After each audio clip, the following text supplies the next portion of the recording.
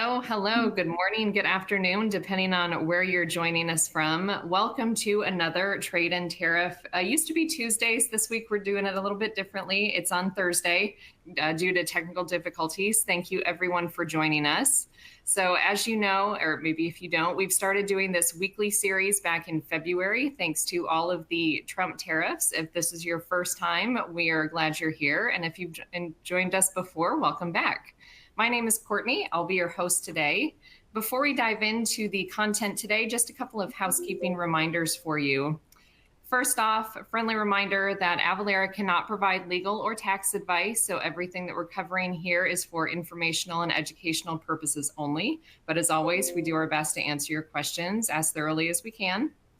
And then on your screen is our safe harbor policy. Please take a moment to review that while I continue reviewing some of the housekeeping items. We are recording today's event, so you will receive a link to the recording later today. You are welcome to listen in again or even share that with a colleague. And then the console that you're looking at can be completely customized. Feel free to move around or resize any of the windows that you see. The additional resources section does contain a lot of great resources, including the slide deck. So if you'd like to open that or save it for later, you're welcome to do so there. And then there are several ways to engage with both the presenters and the attendees. First off, if you have a question, please submit them using the Ask a Question box. We will save time for Q&A at the end of the presentation, and you may also submit troubleshooting questions there. And then secondly, you can join our attendee chat. So if you click the icon at the bottom of the screen that has two chat bubbles, the attendee chat will pop up. We encourage you to introduce yourself there, network, and discuss today's topics and how it's impacting you. And third, you can react to the presentation by clicking on the emoji icon down at the bottom and reacting. Let us know how you're feeling. And last, since this session is less than an hour and intended to be more interactive and responsive, it is not eligible for CPE credit. However, we do have a few poll questions throughout that are optional if you'd like to engage. Next up, just a reminder that Avalara's customer conference, Crush, is in full force and is on tour with locations coming up in September in Atlanta and Dallas. If you're interested in learning more about Crush, you can go to events.avalara.com. That's events.avalara.com for more details. And then let's quickly meet our presenters today. So we have Craig Reed is back with us. He is the General Manager of Cross-Border at Avalara. And then we also have Marty Tappet, Senior Business Development Manager for Avalara. And that's all that I have for housekeeping. So I'm going to turn it over to Craig to get started with the presentation. Thanks, Courtney, and welcome, Marty. Thanks for jumping in. Appreciate it. Welcome back, folks. And again, apologies that we had a bit of a problem technically with the Tuesday session. Although actually, it's kind of interesting because now that we've moved to Thursday, we have more to talk about. lots of news that has happened in the last 48 hours. So.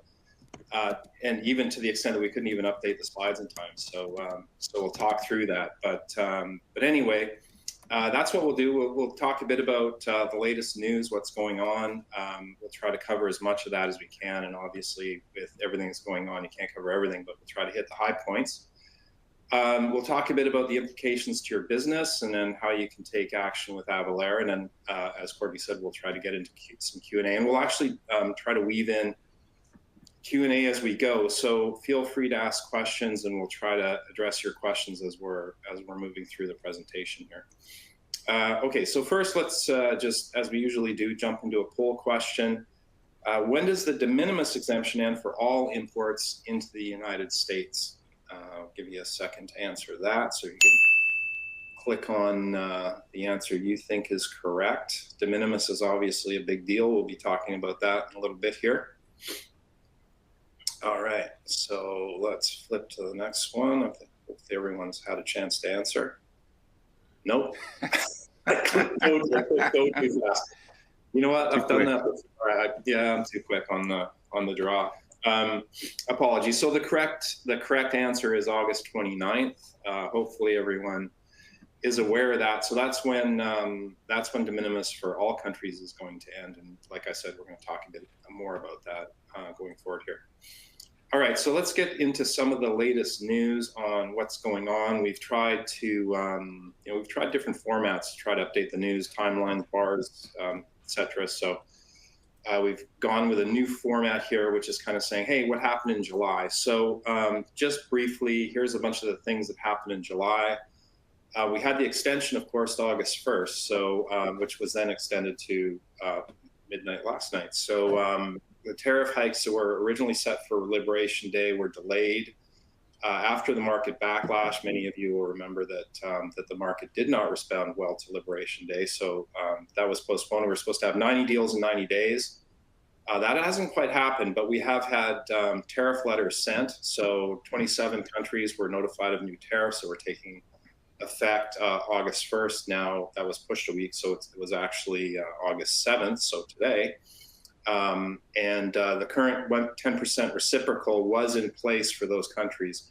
The other thing, or up until this point where the new tariffs went into effect. So the other thing that was new was the transshipment clause. So this was everything to do with, hey, you can't claim country of origin of the country you're shipping from if it was actually manufactured in another country. And if you try to do that, then we're going to impose an additional tariff. So that was a new piece that came through in July.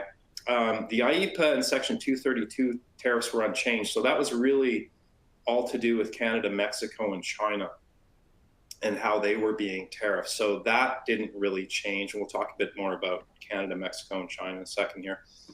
Also, the 50% copper tariff was announced, and it was also announced that pharmaceuticals could be hit with a tariff of 200%, but that's going to take place in a year to year and a half. And then we had, of course, the base tariff of 10%. So where are we now? Let's pretend that August 1st is August 7th because it really took place today. So Canada had its tariff increase to 35% for non-USMCA compliant goods. That is interesting because depending on the numbers you read, before this all happened, the Canada USMCA exports were around 40% of exports. However, that has changed dramatically. So Canadian companies have been, I would say, scurrying to get USMCA certification so that they can come in under the duty-free treatment. And the latest stat I heard was we're up to about 70 to 80%. You'd read different stats, but it's actually really high. So, and another stat I'd read is that Canada could be as high as 90% if everybody goes and gets their certification that they could get. So that means that only 10% of the goods is effectively getting hit with the 35%, except for some of the other materials. So we'll go into that in a second. Mexico got a 90-day extension. So they're at 25% for non-USMCA. So they're kind of in the same boat as Canada.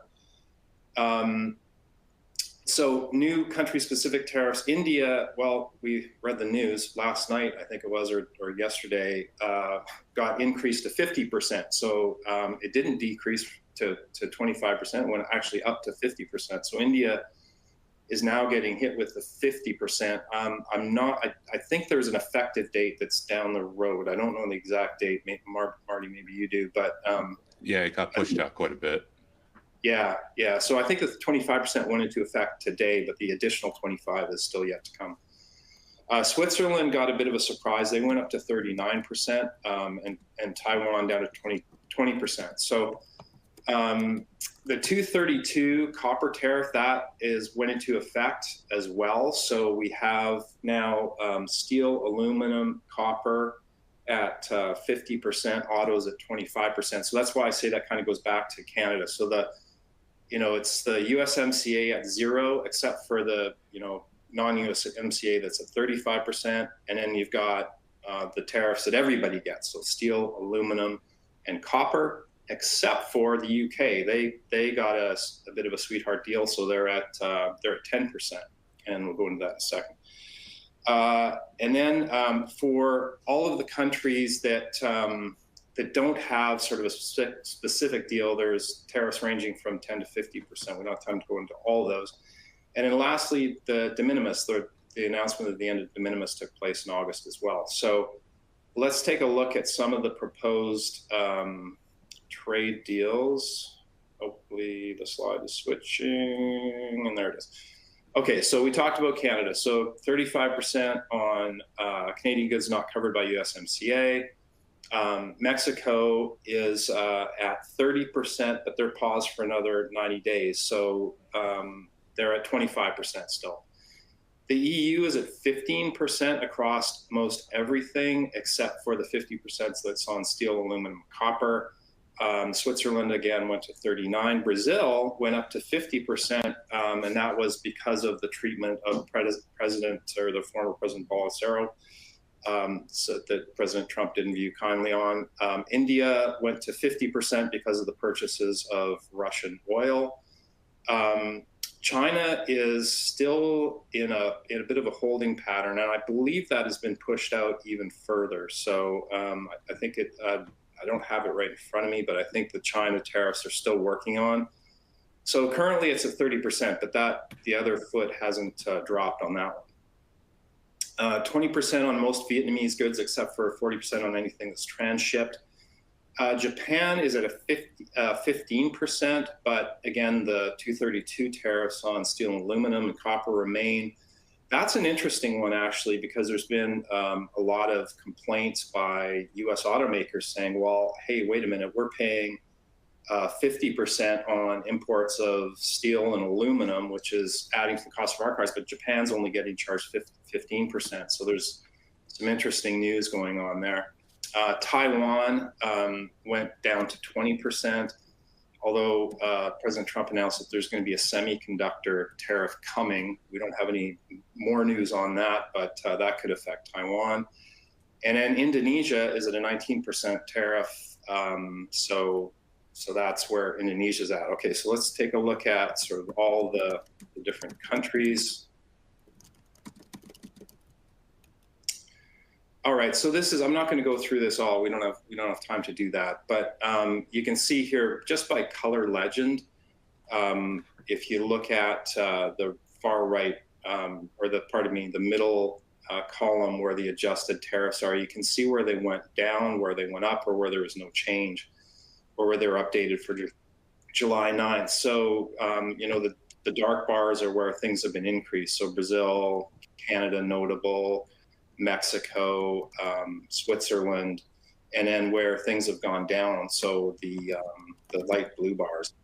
And we are going to share this with you after the fact so you can go through it, and we actually have it posted on our website as well, and these links will be available when you get the presentation. Okay, so where are we now? And again, we didn't have time to update this from Tuesday, but China, again, 30% on the majority of Chinese goods. But remember that that's in addition. So that's the IEEPA tariff, or the emergency tariff. That's in addition to anything that was already there. So the Section 301 tariffs, which cover a huge swath of Chinese goods and can range anywhere from, I think it's like 7 to 100%, are still the baseline. So you take that and then you add the 30%. The average is about 15, so that's why it's often said that China's around 15%. And of course, de minimis ended for China on May 2nd, soon to be followed by other countries. We talked a lot about Canada and Mexico. So again, 35% for Canada, only applies to non-USMCA, 30% for Mexico. Canada is another notable there, is that energy products are still at 10%. We're not sure. I'm based in Toronto, Canada, so we get a lot of news that there are negotiations ongoing, especially around aluminum, around energy, around that 35%. So we'll see what happens with Canada. We'll see what happens with Mexico, but that's where we stand now. So other major trading partners, so 10% on all countries that aren't covered under the change that went live at midnight. Again, the UK is at 10%. They're at 25% in steel and aluminum. So everybody else is at 50%. They got 25% somehow. And then 10% for the first 100,000 vehicles annually, instead of the 25% that everybody else got. EU down to 15% again, Indonesia down to 19, Japan down to 15, so that applies to everything, including autos. Vietnam down to 20, Brazil up to 50, Switzerland to 39, Taiwan to 20, and India to, again, that's got to be updated to 50%. So a bit, kind of hammering all these home, but hopefully, you're kind of taking away that these things have gone into effect as of midnight tonight. So today is when everything starts to get collected. And again, the other thing that's really sort of material is the 50% on steel and aluminum, 25% on autos, and 50% on copper that went into effect. So that's where we stand now. Any questions, Marty, that are popping up that are kind of related to what we're seeing here? Yeah, we just got one. What are the Canadian reciprocal tariffs and their de minimis? We are a retail store and ship into Canada. Yeah, so the Canadian reciprocal tariffs apply to about $60 billion worth of goods that are being shipped into Canada right now. There is a list. It all goes by HS codes, so you need to know what your HS codes are to know whether or not those tariffs apply. In general, they've been going after like bourbon, liquor, I guess imports from the red states is what I would say. The de minimis for Canada depends on how it's shipped, but in general, think of it as like $20 Canadian is the threshold. So it's quite low. It's always been like that, so Canadians are kind of used to that. I wouldn't worry about de minimis too much. Canadians pay taxes here, HST, etc. So de minimis, I wouldn't get too concerned about. All right. Anything else, Eric, Marty?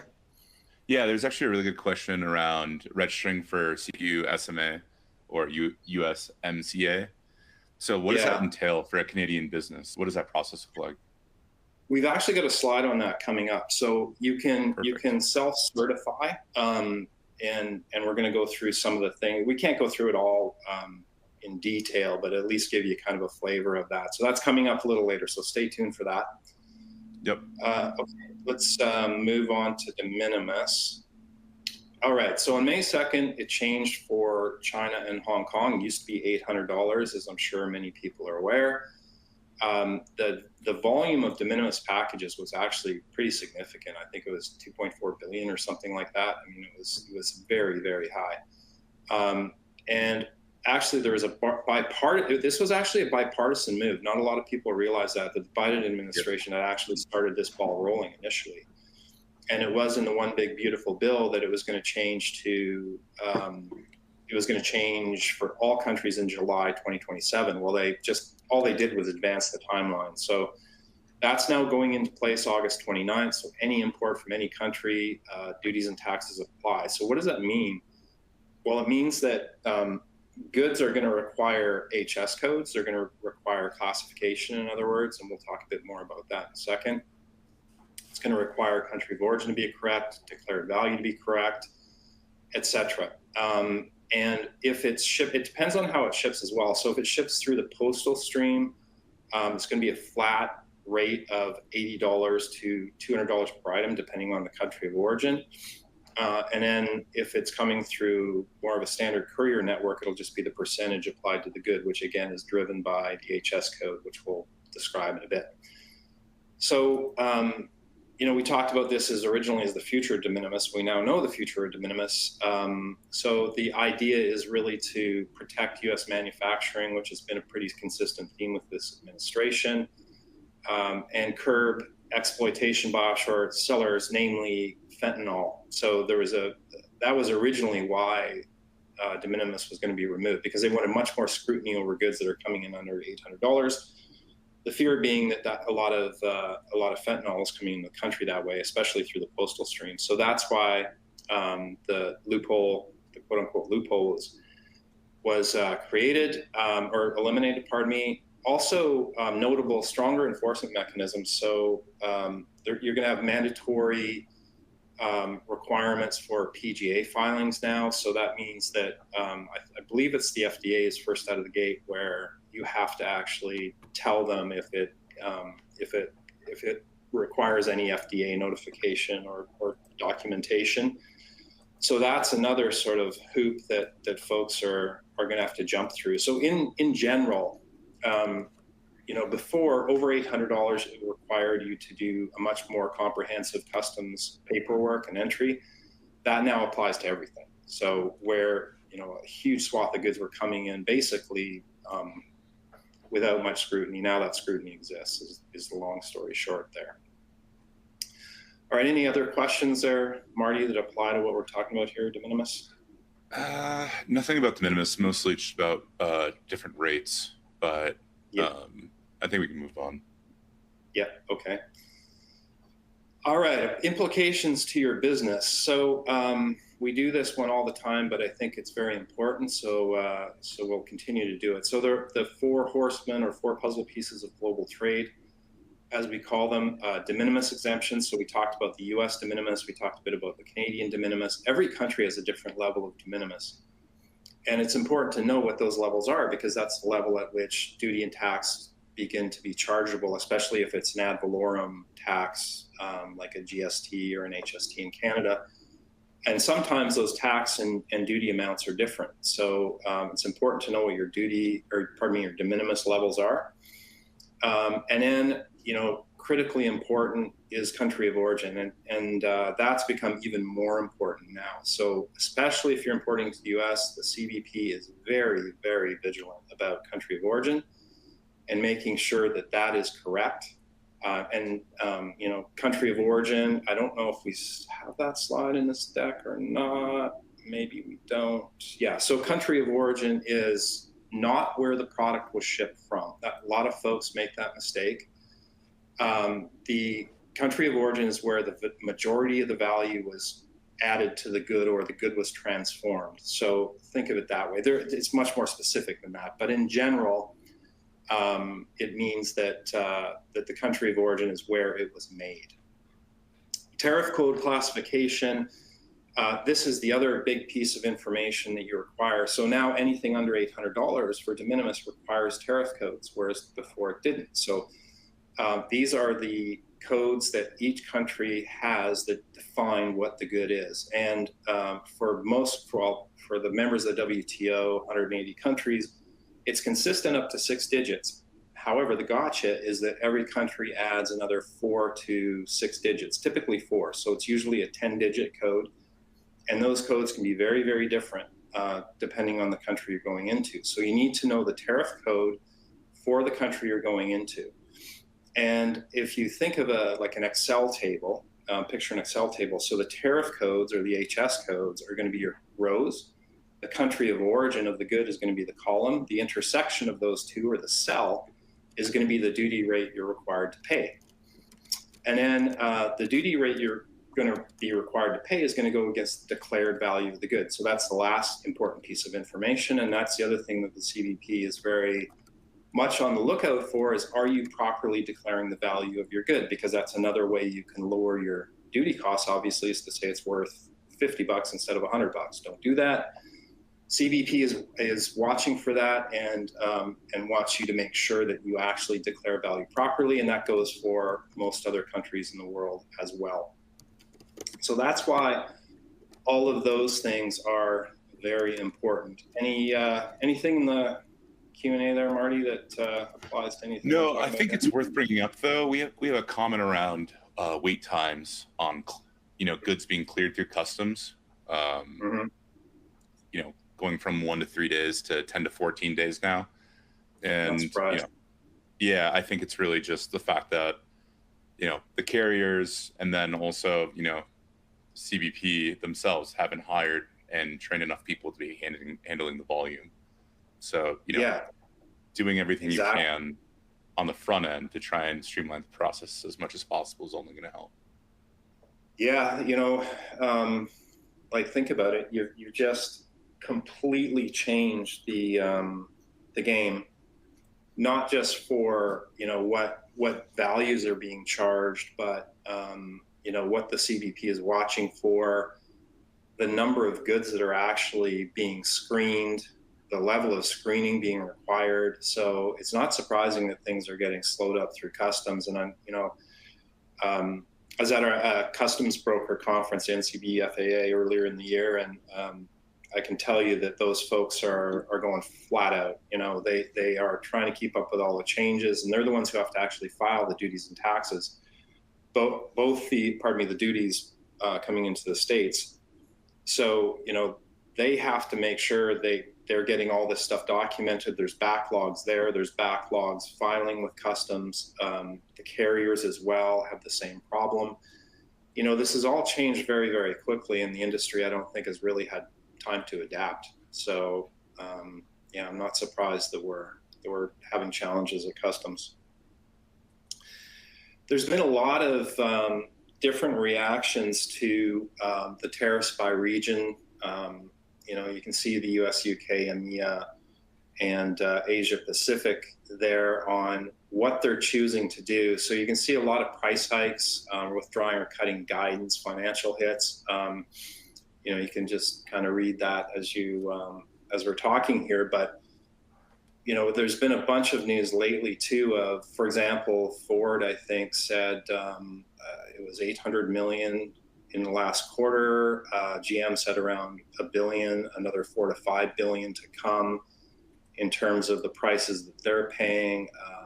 Toy companies like Hasbro and others, Mattel, have said they're going to be increasing prices. So, we're just really, this is all going to come out in the wash now, I think, in the next few months, because this has all gone into effect. We've had this sort of waiting period where, we're going to have the 90 deals in 90 days that we talked about, but everything just went live this morning. So now is when the fun really begins. And I think a lot of companies have been trying their best to absorb costs, but I'm not sure that that's going to be able to continue, depending on the company. So the effective tariff rate, which is an interesting one. So, we read all the tariff news, but when you average it all out, there's different numbers out there, but it seems to settle into around the 17% range is what we've seen reported. That would take you back to the 1930s with the Smoot-Hawley Act, where that's the last time tariffs into the United States have been this high. Is back then. So, and I think this is going to go north of 17 even, depending on how things shake out. So that would mean that about $2,000 per year would be added to a U.S. household. We've seen reports that there's been job cuts. And the other interesting part is that a lot of the impact on de minimis is reported to be disproportionately affecting some of the poorest folks in the country, because they're the ones who are taking advantage of the low-cost goods and the de minimis exemptions. So that'll be interesting to see as well, as how that impacts those folks. Okay, we talked about USMCA. So what is the USMCA? Well, basically what you're saying is that the majority of the value of the good or its country of origin is US, Mexico, or Canada. And there's certain data elements you have to include with that. So there's a verification process, data elements that you have to complete. And the difference between NAFTA and USMCA is you can self-certify. So you can actually do this yourself, as I understand it. You can also work with a customs broker to do it, which is probably something worth looking at. There are certain exemptions. There's requirements for you to maintain information in case you're asked, and some special rules around how you actually file that. So we're just kind of highlighting the steps. You verify your eligibility, you include these 9 data elements, you complete your certification, check for exemptions, submit and maintain documentation, and make sure you're aware of any special rules. So that's sort of broad brush how it works. There's information on the Government of Canada website that goes through a lot of detail on exactly what you need to become USMCA compliant. Likewise on the CBP website to become USMCA compliant. So the information's out there. And again, you can also work with customs brokers. They're, especially Canadian customs brokers, are very, very aware of this process. And I think, you know, there's a lot of companies that are out scrambling to get their certifications. So if you haven't already, I would encourage you to do so if you can. Yeah, I think the other interesting stat there is that it governs nearly $1.5 trillion in annual trade, which is pretty astounding. It's a lot of trade. So it'd be interesting because this is due to be renegotiated next year, right? USMCA expires in 2026. So given the stance of the current administration, I think that's going to be a really interesting process, to say the least, what comes out of that, because every other country in the world is subject to tariffs now. The only free trade zone for goods coming into the States is USMCA. So that's the only way you can get goods into the States duty-free, unless, of course, it's steel, aluminum, copper, et cetera, et cetera, et cetera. All right. Okay, slide is flipping. Yeah, we talked about this. Oh, yeah, I didn't realize we had the slide coming up. But again, maybe worth reiterating, country of origin versus point of origin. You know, there's a lot of confusion about it. The CBP is very aware of it. And actually, what's maybe worth bringing up here is the CBP actually puts on their LinkedIn profile. I've seen it several times where they've said, you know, make sure you're not declaring country of origin as your point of origin, or you're not saying it's from Vietnam when it's really from China, although that has flipped because of the tariffs. But anyway, as an import of record, you are responsible. So you can see steep fines, you can see seizures, business disruption, import privileges can be lost, criminal charges even. In fact, we have a example here of a $3.4 million penalty against Race and Global, which did exactly that. So they were saying that that their Chinese origin mattress springs were from Thailand, and avoiding all of these duties and anti-dumping duties, and they got hammered for it. So the CBP is very aware of this. They're on the lookout for it. So make sure you get your country of origin correct. All right. Some trade statistics. You know, I think this is even out of date now.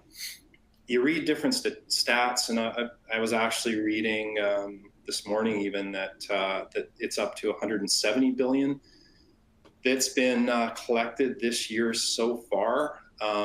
And in prior years, you know, that would be, I think it's already 3 times, if I'm not mistaken, 3 times. So year to date, what's been collected by the CBP is about 3 times what was collected in all of 2024.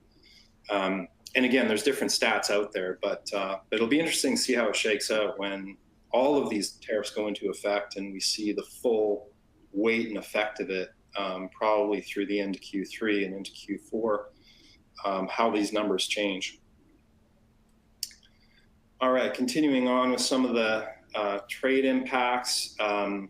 You know, the whole idea behind these has been to reduce the trade deficit, but you know, we'll see what happens. Actually, we didn't have time to update it, so you can see the next release was August 5th, but the trade deficit is coming down. Although again, I did read that that it is going back up, which is interesting because if the idea was to reduce the trade deficit and it starts to increase again, it'll be interesting to see what happens. So for next time around, we will update this number and see where we sit. But with the new tariffs going into effect this morning, that should be an interesting impact. So you can see it's up a bit from the April numbers, but again, we'll update this and kind of track how the trade deficit is responding, because that was sort of the idea is, hey, let's get rid of the trade deficit.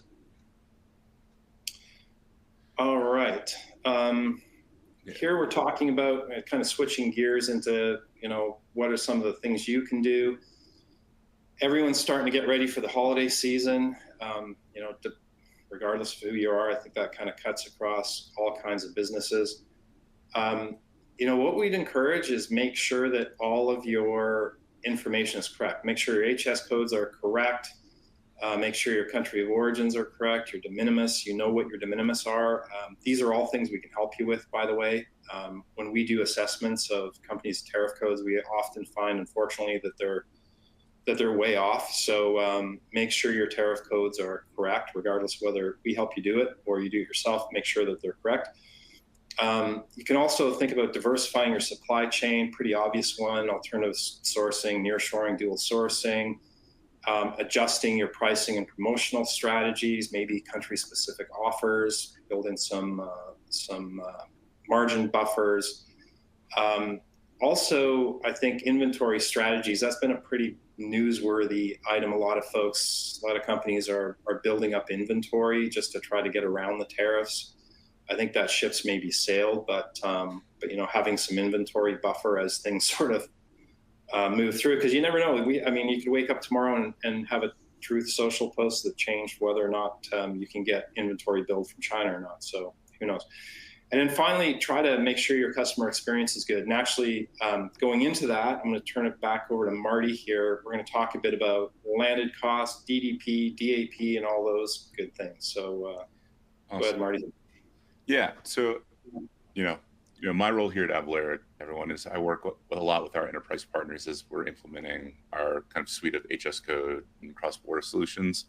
And a lot of it's around landed cost. And landed cost is really the combination of product cost, customs duties and tariffs, import taxes, and making sure that your merchants, your customers, when they're buying from you, are making sure that they're covering the costs of getting the package to their front door. And right, so generally people are trying to ship DDP, which is duties paid, meaning that the user is prepaying for those duties, versus a DAP or DDU experience where they have to basically pay the duties before they receive the package. And so a lot of times with our marketplaces or our partners that run their own e-commerce websites, even B2B transactions to a certain point, we're helping calculate those costs. And, especially now as things changed as of midnight last night, there's never been a better time to automate kind of the process of calculating these numbers. And so, what does that really look like in the checkout experience? We talked about having the correct HS codes or HTS codes, depending on where you are. I can't stress enough, everything stems from having good product data. A lot of times when we're onboarding partners, we get data from them that says blue shirt or red hat or, muffler. And frankly, it's just not enough information. And that can lead to things getting stopped at customs. But when we do have a great HS code, it allows us to basically calculate those duties in cart. And that way you can collect those up front. You have a pull forward on your cash, and you're not to get a big bill from your carriers. And it's just a better experience depending on where you're at or where you're shipping to. If you ship a DDU shipment, that means your users are going to have to receive a notice from their carrier and then go to potentially wait in line at a Canada Post office, pay a fee to then receive their package. So, with all the confusion going on around tariffs and duties and taxes, we highly recommend, making sure that you try and streamline the process as much as possible. I mean, even doing it right, there can still be issues, right? We have people talking in the chat about anywhere from 1 to 4 weeks for things to get cleared. And we just want to make sure that there's as little of variability as possible when it comes to getting your goods to your end user. Yeah, just to maybe tack on what Marty said, actually, we'll let you read the poll question. I'll just go through it quickly. So are you adjusting your supply chain for these changes? You can select multiple of these, by the way. So while you're choosing the choices or choosing the options that affect you. Just to kind of tack on what Marty said, DDP is typically the preferred way. However, sometimes, especially in Canada, folks want to see DAP options as well. You can offer both, and you can say, hey, but you can set an expectation. You can say, here's how much duty and tax you may be obliged to pay, but you can choose whether or not you want to pay it now or later. Is another strategy you can deploy. So, and again, that's something we can help you do. All right. Okay, let's go here. All right. So diversification, looks like a lot of diversification and rethinking distribution strategies is what's going on right now. Switching to local, a little lower than we've seen it in the past. And I don't know yet is actually starting to drop. But when we first started doing this, I don't know yet was like 60 to 80%. But as things have started to, and what we expected, as things have started to kind of calm down, or well, I'm not sure you can call it calming down at this point, but as things have started to become a little clearer, I think folks are starting to make some decisions. So it'll be interesting to see how that progresses. So what are your plans for addressing the increased costs? Are you going to pass it on? Are you going to include a tariff surcharge? Are you going to absorb the tariffs? Are you going to share the cost with your suppliers or some other strategy? Again, you can select multiple of these. So this is interesting to us because you read a lot about how different companies are choosing to do things. I think in general, what I've seen is that most companies have chosen up until maybe around now to try to absorb as much as they could, to build inventory as much as they could. But now it's starting to seep through where they're saying, hey, we can't hang on anymore. We're going to have to pass on some of these costs. So let's see. Yeah, that's about what I would have said. I think it's just going to be a combination. Folks, in general, I think most companies don't want to pass on costs, but I think are going to probably have to, which is reflected here, 72% of you saying that that's what we're going to have to do. And I'm guessing that it's kind of a combination. Hey, we're going to have to absorb, we're going to try to absorb some of it. We're going to try to share a bit with our suppliers, and then we're going to have to, pass on what we can't afford. So that's not surprising. All right. So, Marty, how can businesses keep up with these changes? What happens if they don't? Yeah. I mean, penalties and fines, delays for noncompliance. I mean, we work with certain large platforms that are shipping millions of items into the United States every day. And the risks that they run is frankly just getting shut off, right? You have to be able to not be a kink in the supply chain. And, like we talked about earlier, the United States Border Patrol just hasn't hired enough people. And if you're not compliant, what can end up happening is they can just shut you off and put a hold on your goods. So there's, it's one of those things where for a long time, a lot of goods just kind of flew under the radar with de minimis. And now the scrutiny that's going on with the goods going through customs is increased, quite a bit. And, you really need to be mindful of it. So, other than the fines and the delays, not charging the right amount of customs that can eat into margin, and then, added costs for your customers and supply chains. It's something that's come up quite a bit. Frankly, it's just been a lot of work for everyone involved. Well, the good news is we can help, right, Marty? We got calculation services, we got tariff code classification services, we've got content and trade restrictions management services. So, and we have a variety of different types of these and ways you can integrate them and ways that they can be integrated into your platform. So we pretty much have something for everyone, depending on what kind of business you are. So we're going to do a quick demo here, and then because we're running out of time. So I'm going to let's see if this is going to roll automatically. Yes. Welcome to the Avalara Tariff Content Classification Tool demo. Take a tour to see how Avalara can help your business's global trade compliance. First, choose the country of import. In our example, we will use the US. Click to proceed.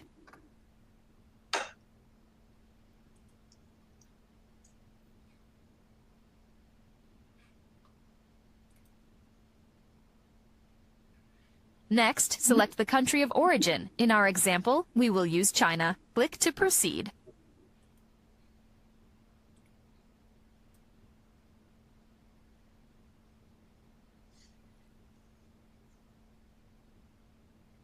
Next, let's describe our product. Click to proceed.